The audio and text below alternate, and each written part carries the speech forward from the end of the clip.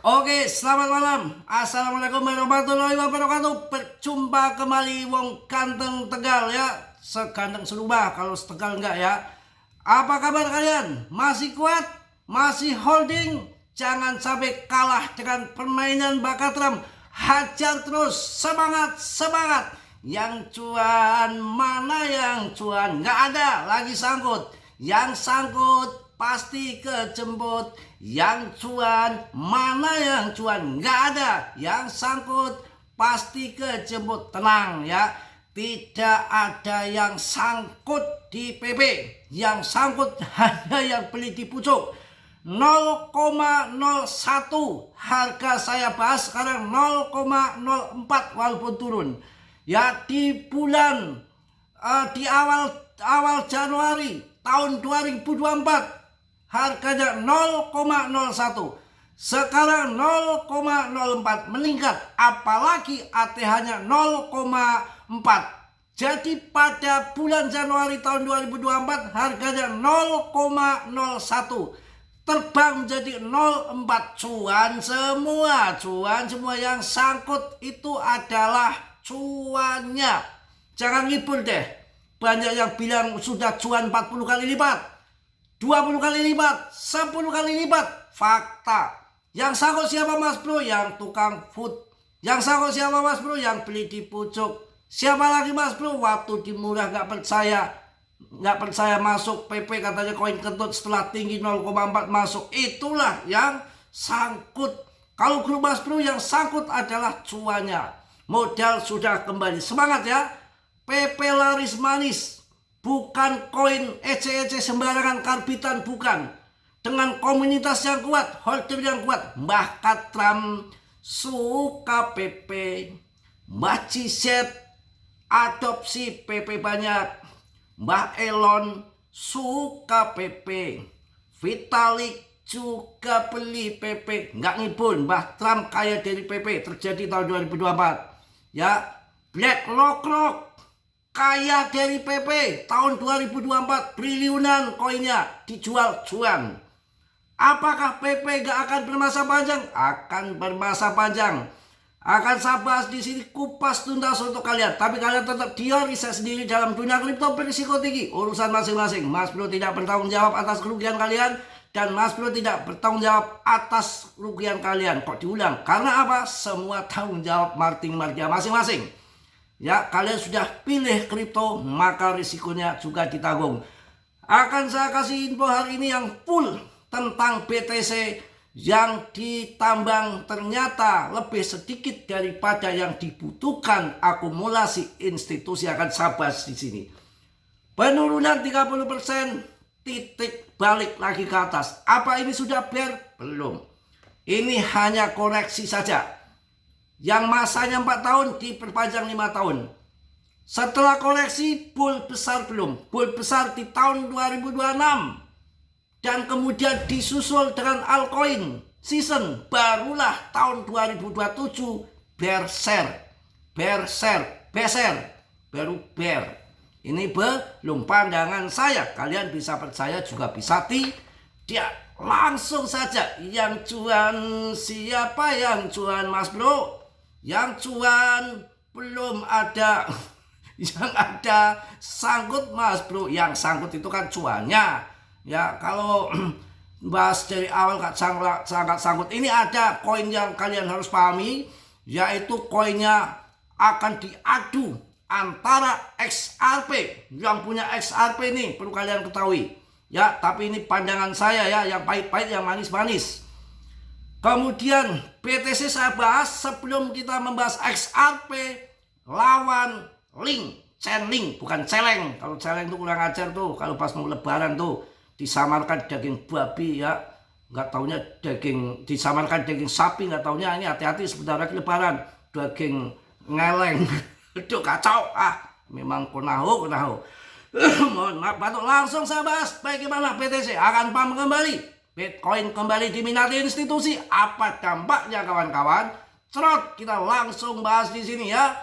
Dalam beberapa minggu terakhir terjadi perubahan signifikan dalam pasar BTC yang ditandai oleh peningkatan pembelian oleh institusi. Data terbaru menunjukkan bahwa pembelian Bitcoin oleh institusi telah melampaui jumlah Bitcoin yang ditambang setiap hari. Fenomena ini pertama kali terjadi sejak awal November dan menandakan perubahan dinamika dalam permintaan besar. Kalau kalian mengikuti apa yang saya sampaikan awal sebelum ETF, bahwa BTC yang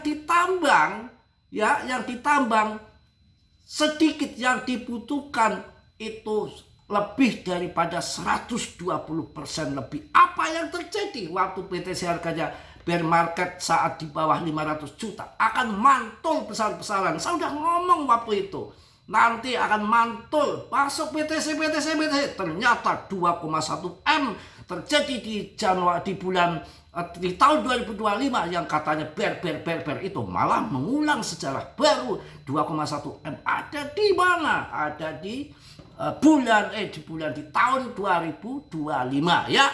Oke, kita lanjut peningkatan permintaan institusi dari koin Capriole Investment, sebuah data investasi aset digital, menunjukkan bahwa institusi kini membeli BTC yang banyak daripada jumlah yang ditambang setiap hari. Kenaikan ini mencapai 13% di atas pasokan yang baru ditambang. Kondisi ini terjadi setelah Bitcoin mencari titik terendahnya lebih dari 30% di bawah harga tertinggi pada Oktober. Mantap, ini akan terjadi puncaknya di tahun 2026 berdasarkan banyak info-info. Likuiditas besar akan masuk pasar, kemudian pump besar disusul dengan all season, barulah tahun 2027 ngebiar begitu ya. Ini menunjukkan bahwa institusi mulai melihat BTC sebagai aset investasi yang menarik kembali. Dalam 3 hari terakhir pembelian oleh institusi telah secara konsisten melampaui pasokan yang ditambang. Kita harus melihat data-data, bukan hanya fatput, barber. Saat turun, hajar. Harga BP 0,04. Tahun 2024 di awal tahun 0,01. Terbang menjadi 0,4. Harganya naiknya 44 kali lipat. Dibilang nggak cuan. Yang sangkut siapa yang sangkut? Yang sangkut yang beli di pucuk grup Mas Bro. Yang sangkut mana Mas Jangkut? Yang sangkut tinggal cuannya. Itu yang terjadi ya. Ini menunjukkan bahwa institusi mulai melihat BTC sebagai aset investasi yang menarik kembali. Dalam 3 hari terakhir pembelian oleh institusi telah secara konsisten melampaui pasokan yang baru ditambang. Ini adalah pertama kalinya sejak November permintaan korporat secara neto mengurangi pasokan BTC di pasar. Wow, meskipun angkanya masih modest dibandingkan dengan puncak pasar bull 2 bulan lalu, tren ini menunjukkan perubahan sikap institusi terhadap Bitcoin. Mereka sudah TP di bulan 10. Akhirnya uang sudah gatel. Akhir tahun saya rasa terakhir dari penurunan setelah libur Natal, libur tahun baru. Uang sudah terpenuhi semua kebutuhan akhir tahun, tutup buku dan macam-macam bla bla bla. Uang sudah gatel lagi, akan masuk lagi ke market dan biasanya dimulai dari awal tahun untuk perusahaan-perusahaan biar hitungannya jelas. Aliran keluar ETF dan akumulasi strategis. CryptoQuant, sebuah platform analitik konsen, menggambarkan pasar saat ini sebagai pasar dalam transisi pesimis jangka pendek berlawanan dengan akumulasi strategis yang dilakukan oleh beberapa pelaku pasar. Meskipun ada aliran keluar modal dari kendaraan investasi seperti ETF, Bitcoin Spot, AS dasar-dasar jaringan mendukung masuknya modal besar lagi. Wah, implikasi jangka panjang untuk pasar Bitcoin mantap. Peningkatan pembelian institusi dalam memiliki dampak jangka panjang pada harga dan stabilitas Bitcoin. Ketika institusi besar terlibat, mereka tidak hanya meningkat legitimasi Bitcoin sebagai kelas aset, tetapi juga menambah kestabilan pasar melalui investasi besar-besaran. Wah, bull. Dengan kembalinya meningkatnya minat institusi terhadap BTC, pasar mungkin akan menyaksikan perubahan dalam tren harga volatilitas. Wah, mantap kawan, jos. Pokoknya mudah-mudahan akan terbang kembali. Yang mana kehadiran mereka secara umum ya, meskipun ada beberapa risiko yang terkait dengan konsentrasi kepemilikannya oleh institusi, kehadiran mereka secara umum dianggap sebagai sinyal positif yang menunjukkan penerimaan dan adopsi yang lebih luas dari BTC sebagai aset investasi. Langsung kita bahas mengenai BTCD-nya. Wow, biasanya kalau sudah 59,98 di 60%, BTCD kena reject, ketendang. Di saat itulah ini mungkin harga titik terendah, walaupun kita hati-hati masuk nanti di setelah libur Natal tahun baru kita masuk agak atas, nggak apa-apa, yang penting arahnya ke atas ya. Daripada kita masuk sekarang nanti pas libur Natal ternyata turun lagi, aduh pusing lagi dah. Oke, ini pandangan yang saya ketahui, jangan yang nggak cocok ya, jangan nyolot-nyolot ya. Ini Chainlink lawan XRP, siapa yang akan mendominasi dekade berikutnya? Oke, kita bahas di sini. Pendiri Buletin Kripto Lars Davis berpendapat bahwa dekade mendatang kemungkinan besar akan lebih menguntungkan Chainlink dibanding XRP. XRP terjadi banyak promo-promo ya, banyak iklan-iklan, harganya masih melempem, tapi lumayan lah ya. Pendapat ini muncul di tengah perkembangan terbaru dari Chainlink dan Ripple dalam memperkuat ekosistem mereka masing-masing. Lars Davis mendukung Chainlink untuk jangka panjang. Lars Davis menyampaikan pandangannya sebagai perbandingan antara dua ekosistem kripto, yakni Chainlink dan XRP Ripple, dalam sebuah wawancara di Rollup TV. Dalam kesempatan tersebut, ia diminta untuk membandingkan kedua token. Menurut Davis, dalam jangka waktu 10 tahun ke depan, Link akan mengungguli XRP. Itu infonya ya. Ini yang dikatakan sama si Davis ini. Saya rasa Chainlink adalah aset yang jauh lebih baik dibandingkan XRP. Saat ini saya memiliki Link, tapi saya yakin ini adalah aset yang jauh lebih baik. Teknologi CCIP mereka sangat meyakinkan, ujarnya. Si Davis menjelaskan bahwa kedua sistem ini memiliki pendekatan yang berbeda. Ripple menurutnya lebih berfokus pada ekosistem internalnya sendiri dan berupaya menarik dukungan dari bank-bank besar serta sistem pembayaran. Meskipun XRP telah ada selama lebih dari 1 dekade dan memiliki basis pengguna yang loyal, Davis menilai bahwa XRP jarang digunakan dalam aktivitas harian dan ini dianggap sebagai kekurangan. Sebaliknya, ia menyoroti kemampuan Link dalam menghubungkan berbagai jaringan. Nih ya. Oke, kita bahas Link. Link adalah punya infrastruktur untuk membuat silo-silo yang terpisah-pisah saling berkomunikasi, teknologi yang luar biasa, dan sekarang mereka juga mulai melakukan pembelian kembali token ataupun payback dan hal-hal semacam itu, kata si Davis ya. Oke, kita akan lanjut singkat sajalah ya. Bagaimana apa yang menambah nilai guna Chainlink, kita bahas di sini. Chainlink ini pada awal bulan ini jaringan layer 2 milik Coinbase yaitu Base meluncurkan jembatan resmi pertamanya. Ini memungkinkan aset berpindah antara blockchain tanpa perlu tergantung pada alat pihak ketiga yang kompleks. Hal ini menandai kemajuan besar dalam interoperabilitas lintas rantai dan Chainlink memainkan peran penting dalam hal ini. Itu ya. Oke, mungkin udah panjang, saya singkat saja. Siapa itu yang namanya Lars Davis? Lars Davis adalah pendiri newsletter kripto yang baru-baru ini memberikan pandangan tentang potensi jangka panjang Chainlink dibanding dengan XRP dalam sebuah wawancara dengan Rollup TV ya.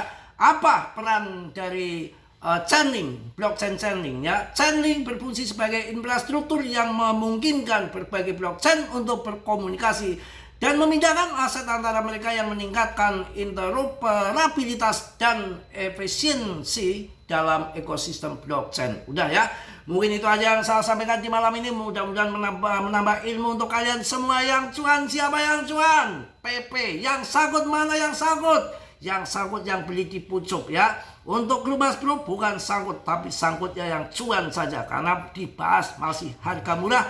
Kita tunggu tahun 2026, mudah-mudahan terjadi ledakan hebat seperti nuklirnya si Jinping ya.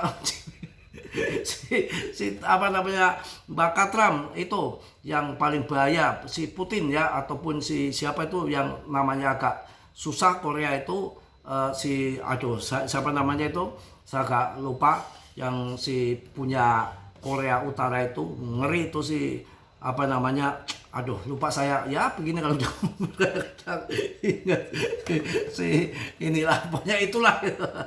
Semangat ya, pokoknya cuan. Kita sudah milih dalam dunia kripto koin apalagi yang akan kita punyai saat ini, terbaik saat ini untuk meme coin. Urusannya hanya di PP dengan ranking market cap yang masih besar, komunitas yang hebat. Mana lagi akan bermasa panjang, tinggal tunggu saja. 0,01 saja meningkat menjadi 0,4 di tahun 2024. Sekarang masih terjun di 0,4, kita tunggu saja sampai 1 rupiah. Nggak sudi saya jual 1 rupiah. Saya harus jual paling tidak 1 juta %. Kalau SHIBA 7,3 juta %, Doge juga berjuta-juta %. Saya ingin sekali kenyang dalam PP, sekali cuan jutaan %, sekali cuan tidak habis dimakan 5 tahun, 1 siklus, dan nanti hajarnya PTC sudah cuan di depan mata, kaya di depan mata. Hajar PP sampai cuan luber, cuannya jutaan %, jangan sampai habis dimakan 1 siklus 4 tahun. Ya, selama 4 tahun yang buat makan ada, kemudian nanti punya modal hajar PTC tahun di kedepannya lagi. Saya yakin ke depan hipnya untuk siklus berikutnya masih ada di BTC, makin menggila. Ya, mudah-mudahan all season terjadi tahun 2026, tapi kalian harus riset sendiri. Ucapan Mas Bro, jangan kalian telan mentah-mentah. Risiko ditanggung masing-masing. Ya, oke. Karena dalam dunia kripto berisiko tinggi, bisa cuan dadakan ataupun dower dadakan ya. Salam dari Tegal Mas Bro. Assalamualaikum warahmatullahi wabarakatuh. Cas.